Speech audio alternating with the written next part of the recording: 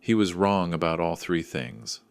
Wrong about the watch being worthless, wrong about me not understanding Mandarin, and most importantly, wrong about thinking I'd forgotten what respect means.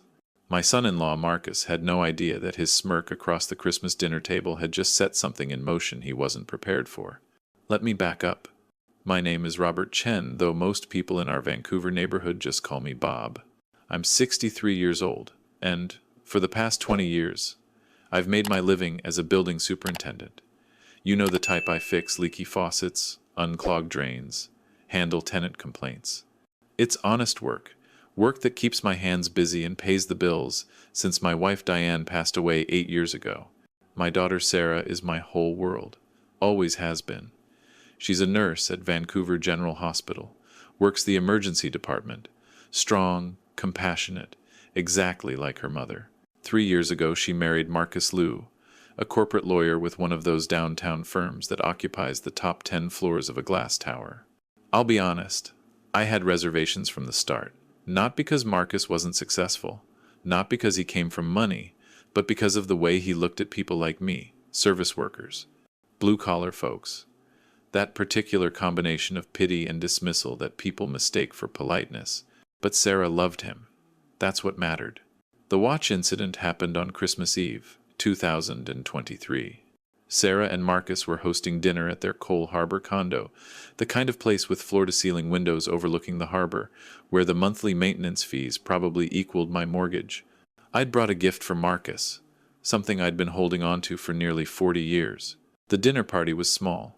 Sarah and Marcus, Marcus's parents, Richard and Patricia, who owned a chain of luxury car dealerships, his younger sister, Amanda, a dentist, and Amanda's fiancé, David, something in tech, I could never keep track.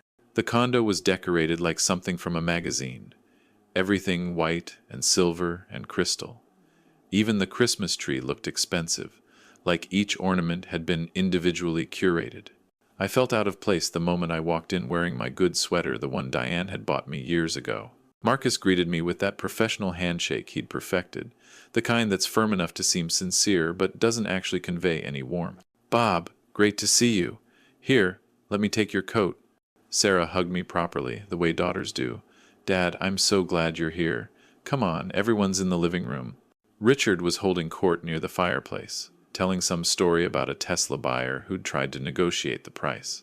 Patricia stood beside him, laughing at the appropriate moments, holding a glass of white wine that probably cost more than my weekly groceries. "Bob," Richard's voice boomed, "the man who keeps Vancouver running. How's the superintendent business?" There it was, that tone, jovial on the surface, but with that underlying current that made superintendent sound like a punchline. "Steady," I replied. "Always something breaking somewhere." "I bet!" He clapped me on the shoulder. "Thank God for people like you. Society needs folks willing to do the jobs nobody else wants." I felt Sarah tense beside me. She knew. She always knew.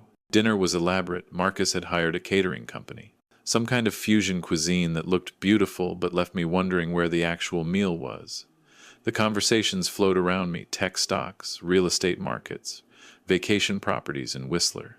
I nodded along, contributed when I could, but mostly I just watched Sarah, watched how she navigated between two worlds, how tired she looked. After dessert, some deconstructed cheesecake thing, Sarah suggested we exchange gifts. That's when I pulled out the small, wrapped box I'd been carrying in my jacket pocket. "Marcus," I said, handing it to him. "This is for you. It's not much, but I thought you might appreciate it." Sarah's eyes lit up. She knew what it was. I'd told her about it years ago. Marcus took the box with that polite smile people use when they're already preparing to fake enthusiasm. The room went quiet as everyone watched him unwrap it. Inside was a watch. Not just any watch, a 1960 seconds Omega Seamaster DeVille. Gold-plated case, cream dial, leather strap I'd recently had replaced. It had belonged to my father, who'd received it as a retirement gift after 30 years working as a dock supervisor at the Port of Vancouver. My father had given it to me on my wedding day. "Your turn to build something that lasts," he'd said. I'd worn it every day for 20 years, until Diane died. After that, I couldn't look at it without breaking, so I'd put it away. But recently, watching Sarah try so hard to bridge the gap between her world and Marcus's, I'd thought maybe it was time for the watch to mean something new. A way of welcoming Marcus into our family properly. A symbol that said, "You're one of us now." Marcus held the watch up to the light, turning it over in his fingers. The room was silent. Then he said something in Mandarin. Quick, under his breath, but clear enough. 真是便宜的垃圾。这老头以为这能给我留下深刻印象吗？ Cheap garbage. The old man thinks this will impress me. His mother, Patricia, let out a small laugh. She'd understood. So had his father Richard, who smirked into his wine glass. They thought I didn't speak Mandarin. Why would I? The Chinese superintendent who anglicized his surname to Chen, who spoke English with that particular Vancouver cadence. They'd made their assumptions. They were wrong. My father was from Guangdong, my mother from Shanghai. I grew up bilingual, though I'll admit my Mandarin got rusty over the years. But you don't forget your mother tongue. Not really. I sat there, watching Marcus set the watch down on the coffee table, like it was something he'd need to dispose of later, watching Sarah's face fall as she registered his lack of enthusiasm, watching Richard and Patricia exchange that knowing look that said, "See? We told you his family was beneath us." Amanda, bless her, tried to salvage the moment. That's actually really thoughtful, Bob. Vintage watches are having a moment right now. Marcus waved his hand dismissively. It's fine, very sentimental. He said the word like it was a diagnosis. The question was, how long was I going to let this continue? I could have said something right then. Could have responded in perfect Mandarin, let him know I'd understood every word. Could have made it ugly and immediate. But I looked at Sarah, at the exhaustion in her eyes, the way she was holding herself together for this dinner party. This wasn't the moment, not for her sake. So I smiled. I nodded. I accepted Marcus's cold thanks. And I started planning. Over the next 3 years, I watched. I waited. I learned everything I could about Marcus Liu. I learned that he collected watches. Expensive ones, Rolex, Patek Philippe, Audemars Piguet. He had a whole display case in their bedroom, Sarah had mentioned once. Status symbols that he wore to court, to client dinners, to prove something to someone. I learned that he spoke Mandarin primarily with his parents, usually when they wanted to discuss something they didn't want others to understand. Sarah had mentioned feeling left out sometimes, how they'd switch languages mid-conversation at family dinners. I learned that despite his law degree and his corner office, Marcus knew absolutely nothing about vintage timepieces beyond their current market value. And I learned that my father's watch, the cheap garbage, was actually worth considerably more than Marcus's entire collection combined. You see, I'd had it appraised years ago, right after Diane died. Just curious about insurance, you understand. The appraiser had gotten very quiet when he examined it, had made some phone calls, had asked if he could take photographs. Turned out my father's retirement watch wasn't just any Omega Seamaster DeVille. It was a rare transitional model from 1963, one of only a few hundred made before they changed the design. The reference number, the original dial condition, the fact that it still had the original box and papers that my father had carefully preserved all of it meant something to collectors. The appraiser's estimate? Somewhere between 150,000 and 200,000 Canadian dollars, depending on the buyer. I'd nearly fallen over. But I hadn't sold it. Couldn't. It was my father's legacy. My connection to him, to Diane, to the life we'd built together. The money didn't matter. Until Marcus called it garbage. Then it mattered very much. I didn't tell Sarah what I'd heard at that Christmas dinner. Didn't want to poison her marriage with my hurt feelings. She was happy, or at least, she was trying to be. Who was I to interfere? But I started attending estate sales. Started learning about watches properly. Made friends with collectors, auction house specialists, horologists. I wanted to understand this world that Marcus pretended to inhabit. Turns out, collecting watches is like any other pursuit. There are people who do it for love, and people who do it for show. Marcus was definitely the latter. He could quote prices and brands, but he couldn't tell you about movements or complications or the history that made certain pieces special. He was exactly the kind of collector that serious horologists quietly mocked. 3 years passed. Sarah stayed busy with work. Marcus stayed busy with his career, his collections, his world that had no real room for me in it. I stayed busy with my buildings, my tenants, and my new hobby of actually understanding the thing Marcus had dismissed. Then, in October 2024, Sarah called me. Dad, Marcus and I are hosting a dinner party. His firm just made him junior partner, and we're celebrating. Can you come, please? I know these things aren't really your scene, but it would mean a lot. How could I say no? The dinner was set for early November. Sarah mentioned that Marcus had invited several senior partners from his firm, their spouses, plus his family. Big celebration. That's when I decided. 3 years was long enough. Time for a little education. I spent 2 weeks making arrangements, called in some favors, made some expensive decisions, but by the night of the party, everything was in place. The dinner party was even more elaborate than the Christmas gathering 3 years prior. The condo was full, maybe 20 people, all dressed in what I'd learned to recognize as Vancouver business formal. The men in suits that cost more than my monthly rent, the women in designer dresses and jewelry that caught the light. I arrived on time, dressed in my one good suit. Sarah hugged me at the door, whispering, "Thank you for coming, Dad." Marcus was already holding court in the living room, drink in hand, laughing with a silver-haired man I recognized from the news, Thomas Brennan, managing partner at Marcus's firm. "Bob!" Marcus's voice carried across the room. "Everyone, this is my father-in-law, Bob Chen.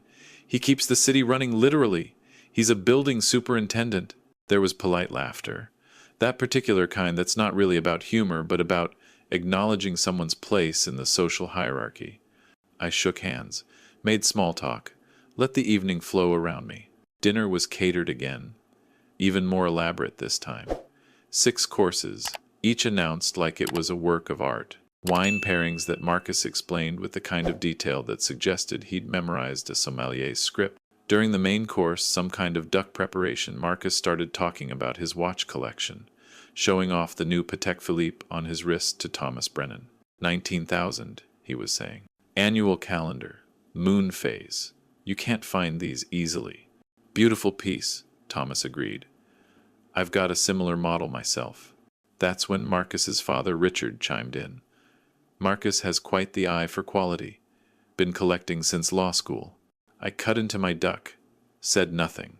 Bob, Patricia's voice carried down the table. Do you still have that old watch you gave Marcus a few years ago? The sentimental one? The table went quiet. Sarah's fork stopped halfway to her mouth. Marcus actually laughed. Oh, that thing. Yeah, it's around somewhere. Sweet gesture, though. I set down my fork, looked up, met Marcus's eyes. Actually, I said quietly, I was wondering if you still had it. Something in my tone made the table go silent. Marcus's smile flickered. Sure, I think so. Why? I reached into my jacket pocket and pulled out an envelope, set it on the table next to my plate. Because, I said, still in English, I had it authenticated, professionally. Would you mind bringing it out? I think everyone here might find it interesting. Marcus's face went through several expressions. Confusion, annoyance, then something that might have been concern. Bob, he said carefully, I don't think this is really the time. Laban, I said, switching to Mandarin, watching his face go pale. I think this is exactly the time. Don't you? The Mandarin word Laoban, which can mean boss or person in charge, hung in the air. His parents had gone rigid in their seats. Sarah was staring at me like I'd grown a second head. Dad, you speak Mandarin? Ni de jiangfu bujidao hendo shitsing, I said to her in Mandarin, then switched back to English. Your husband doesn't know many things. For instance, he doesn't know that I understood him perfectly 3 years ago when he called my father's watch cheap garbage at Christmas dinner. Patricia dropped her wine glass. It shattered against her plate. Marcus had gone white. Bob, Please, I said politely, bring out the watch. I think Mr. Brennan here might appreciate seeing it. He collects vintage Omegas, don't you, sir? Thomas Brennan was leaning forward now, interested. I do, actually. What model are we talking about? A 1963 Seamaster DeVille, I said. Transitional model. Original dial, original papers. Thomas's eyebrows shot up. If that's authentic, I know what it's worth, I said softly. That's why I brought documentation. The room had gone completely silent. Every eye was on Marcus, who looked like he might be sick. I'll get it, Sarah said, suddenly standing. Her voice was shaking. I know where it is. She disappeared into the bedroom. The silence stretched. Marcus stared at his plate. His parents looked at each other with barely concealed panic. Sarah returned, holding a small wooden box, the original Omega box my father had kept. She set it in front of me. I opened it slowly. The watch gleamed under the dining room lights, exactly as I remembered it. I'd maintained it carefully over the years, kept it serviced. It still ran perfectly. May I? Thomas reached out, and I nodded. He picked up the watch with careful hands, turning it over, examining the case back, the dial, the crown. His expression shifted from interest to astonishment. Good God, he whispered. This is genuine. The reference number, this is a 2904-3. The transitional model before they went to the 2920 case. He looked up at me. Mr. Chen, do you have the papers? I handed him the envelope. Inside was the original warranty card, the receipt from 1963, and the modern appraisal from Sotheby's that I'd commissioned 2 weeks ago. Thomas read the appraisal, blinked. Read it again. Marcus, he said quietly, did you know this watch is worth approximately $185,000? You could have heard a pin drop. Amanda was staring at her brother. David had his phone out, clearly looking up the reference number to verify. Richard and Patricia looked like they wanted to disappear into the floor. Sarah was looking at me with tears in her eyes. Marcus had his head in his hands. San Yin Sen, I said softly in Mandarin, then switched to English. 3 years ago, I gave you this watch as a gift. A family heirloom. My father wore it for 30 years. I wore it for 20 more. It represented 50 years of honest work, 50 years of building something that lasts. I paused, letting the weight of that sink in. You called it garbage, in Mandarin, because you thought I wouldn't understand, because you assumed that someone who fixes toilets for a living couldn't possibly know anything valuable, couldn't possibly speak your language, couldn't possibly be worth your respect. Marcus's face was buried in his hands now. His shoulders were shaking. You were wrong, I continued, about the watch, about me, about what makes something or someone valuable. The room was frozen. Sarah had tears running down her face. But here's the thing, I said, and my voice gentled. I'm not here to humiliate you, Marcus. I'm here to teach you something my father taught me. I reached over and carefully took the watch from Thomas's hands, held it up so everyone could see it. This watch isn't valuable because of what it's worth in dollars. It's valuable because of what it represents. The years, the work, the hands that wore it, the moments it witnessed. My father's retirement, my wedding, the birth of my daughter. 50 years of a life well lived. I looked directly at Marcus, who finally raised his head to meet my eyes. That's what you dismissed. Not cheap garbage. A legacy. The silence was absolute. Then I did something that surprised everyone, including myself. I set the watch down in front of Marcus. I'm giving it to you, I said. Again, for real this time. Sarah made a small sound. Marcus looked stunned. But, I continued, on one condition. Anything, Marcus whispered. You learn what it means, not the price, the meaning. You learn about your heritage, the language your parents speak, the culture you use as a weapon instead of a gift. You learn about the work that built this family. And you learn that respect isn't about what someone does for a living. It's about recognizing the dignity in all honest work. I pulled out a business card from my pocket, handed it to him. This is a friend of mine, Thomas Wu. He's a horologist here in Vancouver, and he teaches courses on watch collecting, history, and restoration. I've already paid for a year of lessons for you. Every Saturday morning, you'll learn about movements, complications, brand histories, but more importantly, you'll learn patience, attention to detail, respect for craftsmanship. Marcus was crying now, full-on crying in front of his colleagues, his family, everyone. I'm also, I continued, going to teach you Mandarin properly. Not the Mandarin you use to talk around people. Real Mandarin. We'll meet every Sunday. I'll teach you what my parents taught me. The idioms, the culture, the history. You want to connect to your heritage? Let's connect. Sarah was beside me now, her hand on my shoulder, tears streaming down her face. And finally I said, "You're going to spend one Saturday a month working with me, in the buildings, fixing toilets, unclogging drains, painting walls, meeting the people who live there, immigrants, students, families, seniors.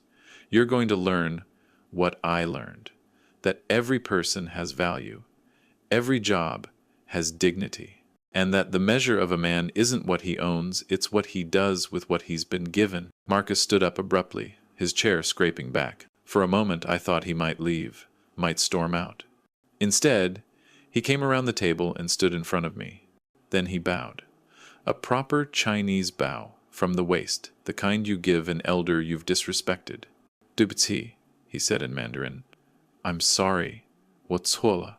我完全错了. I was wrong. I was completely wrong." I stood and helped him straighten up, put my hands on his shoulders. 我们都会犯错, I said. "We all make mistakes. 重要的是我们如何纠正它们. What matters is how we correct them." He nodded, unable to speak. The dinner party dissolved after that. People drifted into quiet conversations. Thomas Brennan came over and shook my hand, told me he'd love to hear more about my father's career at the port. Amanda apologized for her family's rudeness. Even Richard and Patricia approached, shamefaced, and offered halting apologies in English. Later, after everyone had left, it was just Sarah, Marcus, and me standing in the kitchen while Sarah made tea. "Why?" Marcus asked quietly. "Why give me the watch after I treated you so badly?" I thought about that for a moment. "Because that's what family does," I said finally. "We correct each other. We teach each other. We give each other chances to be better." I looked at the watch on the counter between us. And because that watch means nothing sitting in a box, it means something when it's worn by someone who understands what it represents. Someone who's earned the right to carry that legacy forward. I picked it up and fastened it around Marcus's wrist. "Earn it," I said simply. He nodded, staring down at the watch on his wrist like it was the most precious thing he'd ever held. That was a year ago. Marcus has been taking the lessons religiously, both from Thomas Wu and from me. His Mandarin has improved dramatically. We spend Sundays going through Chinese literature, discussing idioms, talking about my parents' journey from China to Canada. And yes, he comes with me every fourth Saturday to work in the buildings. He's actually pretty good at basic repairs now. The tenants love him, especially Mrs. Kowalski in 4B, who still can't believe that the fancy lawyer comes to fix her leaky sink. Sarah told me that Marcus wears the watch every day now. Not to court, not to impress clients, just wears it. Sometimes she catches him looking at it, touching it, the way you touch something that matters. Last month, for my 64th birthday, Marcus and Sarah gave me a gift. It was a photo album, a new one, with photos of my father, my mother, my wedding to Diane. Photos of Sarah growing up, and at the end, new photos. Marcus and Sarah's wedding, family dinners, the two of them in work clothes helping me paint an apartment. Marcus with Mrs. Kowalski. Marcus at his watch lessons, focused and serious. The last photo was of Marcus wearing the watch, standing next to my father's photo from his retirement dinner. The same watch, 2 generations apart. Tranchen. Marcus had written in careful Chinese characters below the photo. Legacy. I cried. I'm not ashamed to admit it. The watch is where it belongs now, with someone who understands that its value isn't in what it costs, but in what it carries.